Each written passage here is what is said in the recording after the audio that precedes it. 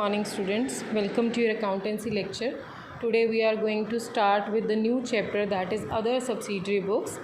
Rajay, other subsidiary books are prepared for the transactions which are credit in nature, means those transactions which are done on credit basis are to be recorded in the other subsidiary books.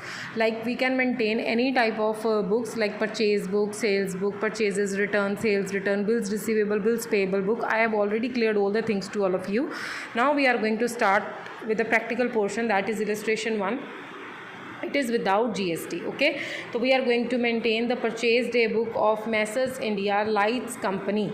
So first of all, you must have to memorize these points in your mind, that all the transactions which are related with the business must be included in the purchase book.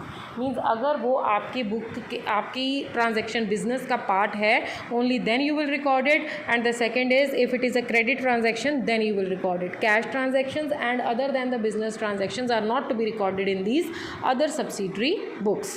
Now let's start. Now this businessman, it deals with the lights and company, means with the electronic items it deals with. Let's start with the which deals in the electronic goods. It is written over here. So any item that he purchases irrespective of the electronic goods, so we will suppose that it is done for the personal purpose and it is not the part of the business. Okay, so we will not record it in the purchase book. Now first of all, how you have to prepare the books. Let's start. First of all, its format is, हम सबसे पहले लिखेंगे books of India limited company purchase day book. Company का name लिख के जो book बना रहे हैं वो बुक लिखेंगे, date, particulars, then inward invoice number. यहाँ पे इनवॉइस नंबर इनवर्ड हो जाएगा, inward invoice number, then ledger folio, details and amounts. ठीक है. Now let's start with the first one. April 1, 2019 को purchased from Philip India limited 10 electronic irons of ₹700 each. एक item 700 की है और उसने इलेक्ट्रॉनिक आयरन्स खरीदी हैं 10, तो it means it's total amount will be 7,000. तो सबसे पहले हम अपने सप्लायर का नेम लिखेंगे. पहले हम डेट डालेंगे अप्रैल 1, फिर हम सप्लायर का नेम लिखेंगे फिलिप इंडिया लिमिटेड. ठीक है. देन हम नीचे डिस्क्रिप्शन देंगे 10 electronic irons eight the rate of ₹700 each. तो डिटेल्स में हम क्या डालेंगे 7,000. 5 electric heaters at the rate of ₹600 each. It means 5 को मल्टीप्लाई करेंगे हम 600 के साथ. ठीक है. Like this we will write here as April 1 Philip India limited. First of all you have to write the supplier's name, then जो भी वहाँ पे लिखा है उसके अकॉर्डिंग उसको आप सेम एज इट इज़ लिख दोगे और मल्टीप्लाई करके अमाउंट कहाँ डालोगे, डिटेल्स में. ठीक है. एट द एंड जब आपका एक पर्टिकुलर डेट का ख़त्म हो गया तब उसको टोटल करोगे, मतलब उसकी लाइन डिटेल्स के नीचे लाइन लगाओगे और अमाउंट डालोगे टोटल में. ठीक है. नेक्स्ट है आपके पास अप्रैल 19. हम लिखेंगे purchase from Bajaj electricals, means supplier का नेम है बजाज इलेक्ट्रिकल्स. नीचे हम डिस्क्रिप्शन देंगे 30 electric heaters at the rate of 1,000 each. जहाँ ईच लिखा है it means you have to multiply it by the quantity. तो 30 इंटू 1000 इट बिकम्स 30,000. फिर हम इसी एंट्री के नीचे है, इसी से ख़रीदा है, तो it is 20 electric kettles eight the rate of ₹600 each. It means you have to multiply 20 with 600. ठीक है. It becomes 12,000. ठीक है. तो आपका ये जो कॉलम होगा बजाज इलेक्ट्रिकल्स का, इसमें डिटेल्स में ये दोगे, इन दोनों को प्लस करोगे, नेट अमाउंट इधर चली जाएगी. ऐसे ही नेक्स्ट ट्रांजैक्शंस हम करेंगे. Purchase from Mehta electric company. Mehta electric company हमारा सप्लायर है. Then 10 toasters at the rate of 1,200 it becomes 12,000. 5 electric heaters at the rate of 600 each it becomes 3,000. दोनों को ऐड करेंगे और अमाउंट में ले जाएंगे. Next is daily electric stores. 20 electric shavers at the rate of ₹200. तो ये भी इलेक्ट्रिक हैं, तो you will multiply it and take it in the purchase book. 5 electric fans at the rate of ₹4,000 each. It means it becomes 20,000. ठीक है. we will take it here in 60,000 amount. We will add the different amounts and it will become the total of your purchase book, which is known as the grand total. ठीक है. उसके बाद next है हमारा trade discount के relation में. Trade discount आपको पता है कि it is not to be shown in the books of the accounts. तो आप क्या करोगे, डिटेल्स के अंदर ही जितनी टोटल अमाउंट होगी उसमें से हम उसका ट्रेड % निकाल के माइनस कर देंगे. ठीक है. Next illustration 2, prepare a purchase day book from the following transactions, ठीक है, ऑफ गुरप्रसाद खौसला। अब फर्स्ट ट्रांजेक्शन से अगर यहाँ पे बिजनेस नहीं बताया है तो we can assume it from the very first transaction.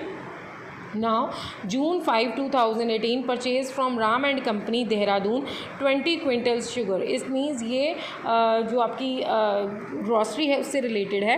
तो 20 quintals sugars at the rate of ₹1200 per quintal है तो you will multiply it by 20। Then 40 bags rice each containing 1 quintal of 1500 per quintal, ठीक है। तो it means you will multiply 40 by 1500। तो जो भी amount I, नीचे लिखा है ट्रेड डिस्काउंट दिया है 15%, तो वो दोनों के लिए है। तो आप क्या करोगे कि दोनों की अमाउंट्स जितनी भी आई हैं उनको आपने ऐड करना है। ऐड करके 84,000 आया, इसका 15% 84,000 इंटू 15/100 करोगे तो यू विल गेट 12,600। जब आप इसमें से माइनस करोगे इसको, वो आप यहाँ पे अमाउंट में शो करोगे, ठीक है। नेक्स्ट है purchase from Bharat Bhushan and sons Delhi 20 tins देसी घी each containing 16 kg at the rate of 120 per kg। देखो 20 टिन देसी घी के वो ख़रीद रहा है, हर टिन में कितने kg है? 16 kg है, ठीक है ना। तो 16 kg हर एक टिन में है, तो 1 kg का रेट कितना है? 120। तो 16 kg का रेट कितना होगा? 16 इंटू 120, ठीक है। 16 into 120 we will do, that will become 38,400। Then 1,000 litres of kerosene oil at the rate of ₹6 per litre, तो 1,000 इंटू 6 इट बिकम 6,000। और इन दोनों पे ट्रेड डिस्काउंट कितना मिला? 10%। तो हम लोगों ने क्या करना है, इनको ऐड किया, जो अमाउंट आई उस पर 10% डिस्काउंट दिया। 10% डिस्काउंट देने के बाद नेट अमाउंट हम यहाँ पे शो कर देंगे। नेक्स्ट है purchase from metro traders Mumbai wheat 30 quintals eight the rate of 500 पर क्विंटल, मल्टीप्लाई करो। देन उसके बाद है ग्राम 20 quintals eight the rate of 1200 per quintal, दोनों को मल्टीप्लाई करो। राइस दिए हैं, दोनों को मल्टीप्लाई करो। इसमें कोई ट्रेड डिस्काउंट नहीं है, तो आप क्या करोगे, जितनी भी टोटल अमाउंट है वो सारी इस साइड चली जाएगी। नेक्स्ट है परचेज्ड फॉर कैश। अब सबसे ज़रूरी बात कि ये कैश ट्रांजैक्शन है, so it is not to be recorded in the other subsidiary books. Next है bought furniture from new furnitures Amritsar. Furniture is not the part of the business, क्योंकि they are dealing in the grocery item, so it is not to be included in this purchase day book. Now we have to just total the account, ठीक है। After that उसने क्या बोला है, post them in laser.